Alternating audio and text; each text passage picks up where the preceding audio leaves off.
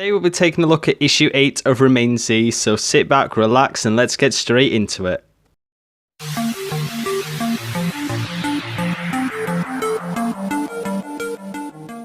Hey, how's it going? My name's Brad, and in today's video we're going to be taking a look at REMAINZ Z issue 8 titled Company. The cover for this was made in February 2017 and the title for this is Friends Find Us Eventually. So this was the last REMAINZ Z issue, by the way, that I actually finished. So if you don't see any REMAINZ Z videos for a while, that'll be because obviously I've got to continue the REMAINZ Z story onwards from there, because obviously 9's not finished and I'd have to get straight onto that. But if you guys show a lot of support in this video by leaving likes and stuff, maybe I'll continue it. Maybe I'll actually go on and do issue 9 onwards.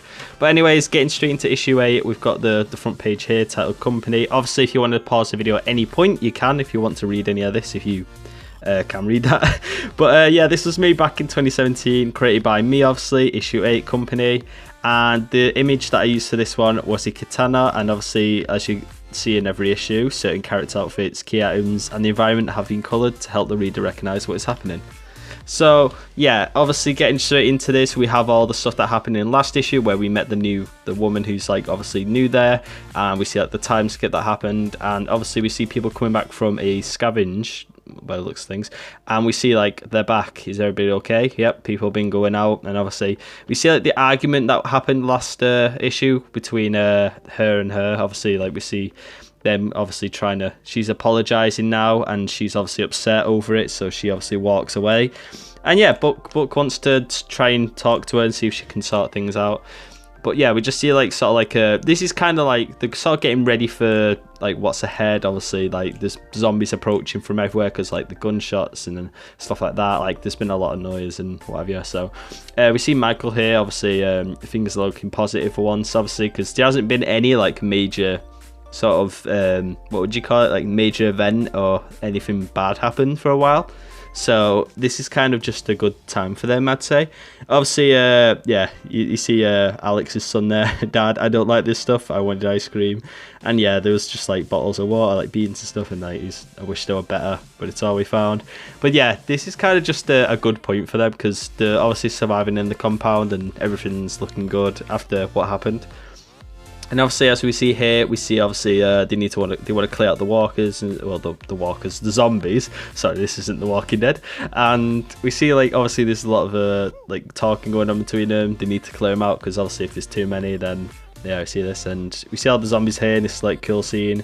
Then obviously we see this new character who's obviously called Corey, actually based around Corey, my good friend. And you see him here shoot a zombie in the side of the face. I know, it's pretty gory. And we see Corey's friend Sam, who's also based around another friend. He's like, Corey, one of them has got me. And then we see the zombie's hand get sliced by a katana, which is obviously what I included in the opening as well, for a good reason. And yeah, we just see a little bit of like negotiating going on again between the Corey and Sam character. And obviously Corey's about to get attacked by a zombie there. The head gets shot off into pieces. And then we see this other character who's actually based around Polar Bear Studios, aka Lauren, if you know her from the podcasts and stuff. And we got Corey there, who's thanks for that. And this is a good part where he's just like, help would be nice, and he's just like got his hand in the air with the zombie arm still attached. And yeah, we got like Corey trying to pull it off now as well. So these are like the 3 new characters which were all based around like people I actually know and like friends and that. So this is kind of just like an introduction to new characters which I wanted to base off of people. So we got like some cool stuff here. We've got Sam obviously thanking him, and we had this I put this little joke in where Corey's holding the zombie hand and he's saying need a hand, and it's also yeah just a little thing I thought I'd put in when I made this. But obviously we see Lauren now, who's just like enough, everyone get moving, we need to go because there's too many zombies now. And we see that, yeah, this guy falls over. He knocks a crate full of food and stuff. I didn't really draw the food too well back then because, like, you can see it's kind of just like, it looks like it's floating. But, yeah, this was kind of, it looks alright, I guess. And then we just see, like, a zombie's approaching him anyway. And he's just like, where did they all come from? You know, he's kind of getting surrounded now, and he's on the floor. His leg's injured. He can't really get up at this point. And yeah, we see he's like, Callum, watch out. And then that happens. A zombie gets on him. I kind of would say though, I did draw that zombie there at the bottom pretty well, so I was proud of that. And yeah, we got him now, like asking like Callum and stuff, and then he's kind of like the zombie's in a position to a point where he can't move his arms, so like he's got him locked down in a way. And obviously you see he's about to get bit and stuff, and then obviously the zombie gets sliced by the katana. That happens, that's pretty cool, and you see him there is like, who are you people? So this is the sort of like the introduction now, where the new characters sort of get to the compound and we see stuff like that.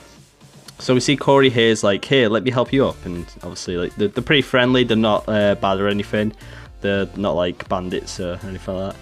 And you see the leader Alex come out now, and he's obviously asking what's going on out here, Jordan. And Alex he's just like, Alex, and there's just new people next to him just out of nowhere. So this is sort of like the part now where they're deciding like what to do, because obviously there's new people here. They haven't really been friendly with the people they've met, because yeah, like people have been bad and stuff. So we see Alex here is just obviously just speaking like, who are these people, is this true? And Corey's obviously like, we don't want to harm anyone, we just want to, you know, like meet people and help people and all that. So we have this little sort of like dialogue here between the characters where they're speaking for a bit, and yeah, if you give us a home, we will do whatever it takes to pay back for your kindness. And yeah, this is the part where we're all just like deciding now, voting, like yeah, you see him there, he's like, oh god, new people, and yeah, there's all that. And then we had this cool little scene, just like, it's sort of like it's supposed to be sort of like a backdrop just to show like what's going on. We see like some zombies, and I see this one's like lost his eyeball, which is pretty unique when I did that. And you see Jordan's now closing the gates to lock them all in, got her there like, go right ahead, it's clear.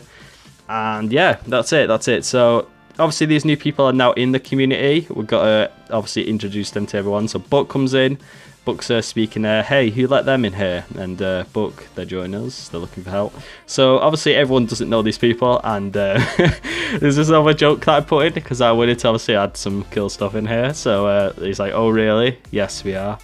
And Buck at this point says, and who is this guy? And obviously this is Lauren with her hood up. So yeah, this is Buck making the joke, and then that happens to Buck, and Buck's out cold at this point, so yeah.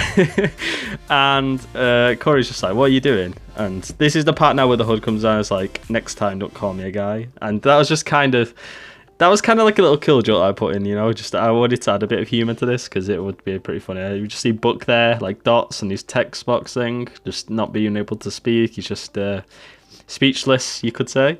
And yeah, that's it. Alex saying that's enough, and we got this. So if you see, you can probably see it here, like I had to stick these like little text boxes on ages ago, because I actually writ out dialogue and I wanted to change it because it didn't really like work there I want it to go. I'm not sure what I put underneath there, but yeah, I changed it up. At say you heard the man, I think she said something else, but I changed it to nice hat, because I thought it'd be just better to put that in instead of it be serious or anything.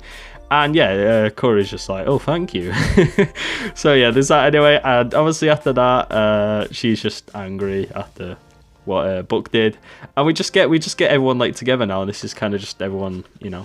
So we have this scene now between Alex and his wife, where Alex is just like entering the bedroom, and she's like, Alex, you okay? You know, it's fine, honey, just gotta lie down. Yeah, this like cool little scene here where he's just laying in the bed, she's sat up, and he's just like looking at the ceiling, like thinking about what's happened. And yeah, we had this, it's kind of like an emotional scene between the two characters to sort of like build up a connection between them both. So yeah, he just sees like speaking like, I love you, and he's like, I've been thinking about the kids, how they have to live in this world. You know, he's kind of like getting sad about it all, because obviously he's been living in this world for like a few months now, but he's kind of just thinking about his life in this world and like how his kids have to live like that now. But yeah, they're kind of just trying to build up hope and obviously be alright and stuff. So going back out to the courtyard in the final bit of this issue now, we've got Jordan on the watchtower, and he hears his name being called from outside. Obviously it's Michael outside, and he says he's going to search for stuff, but he doesn't want him to tell anyone. So obviously Michael, he wants Jordan to keep the secret, and you see Jordan's expression here. He's just like, oh, it's okay, I'll keep it secret. It's like, thank you. And then yeah, we see Callum's like, who are you talking to? Oh, yourself. So yeah, he just keeping his secret now, because Michael wants to go out and get some stuff without anyone knowing, because they only do it in groups and stuff to keep everyone safe. But yeah, yeah, it's just like, really, damn, I think I'm going insane. He's like, haha, don't worry about it. So yeah, that's that for that scene. The final scene of this issue though is like this bit here where he's like, hey Peter, are you awake? He's like, oh hi Janine, what is it? So Peter and Janine obviously have this like sort of like connection where like Peter's obviously sort of like I'd say like a mentor like towards Janine, so he's like trying to help her and stuff. So yeah, she can't sleep in case something happens, like a fight or like people come back to the compound. And yeah, you just get this bit now where he's obviously saying he'll help her tomorrow, like train her and stuff. So yeah, she's probably happy at that point, and that's kind of what happened at the end of that issue. So for editor notes, we've got a whole lot of stuff here. Like it talks about me like taking a whole month to make another issue and stuff and all that. And then obviously at the bottom here, I obviously put the date that I wrote the editor notes, which was 24th of March 2017, which is about a year ago. And we got this little artwork that I did for like The Walking Dead, because it's the scene where because obviously I did Walking Dead artworks for like 3 issues because I wanted to add something in. This was like for the final episode of like season 7 or something, so that was pretty cool. So for the back, we've got another character bio, and this is Matthew. He's age 24, occupation unknown, and male, and his description is: wanted for the murder of his brother, Matthew is a cold, dark, and gruesome killer who will take the lives of others just for a bit of fun. And we got this like little quote from like I think it's like the 40s or something. It's like, this individual went missing last week. Police are trying their best to find this man and bring him in. I got one of his quotes, which is, "You will suffer." Got his hatchet, and you got his magnum. Gold, obviously gold edition. Can I put that on? And series 2. Great by me.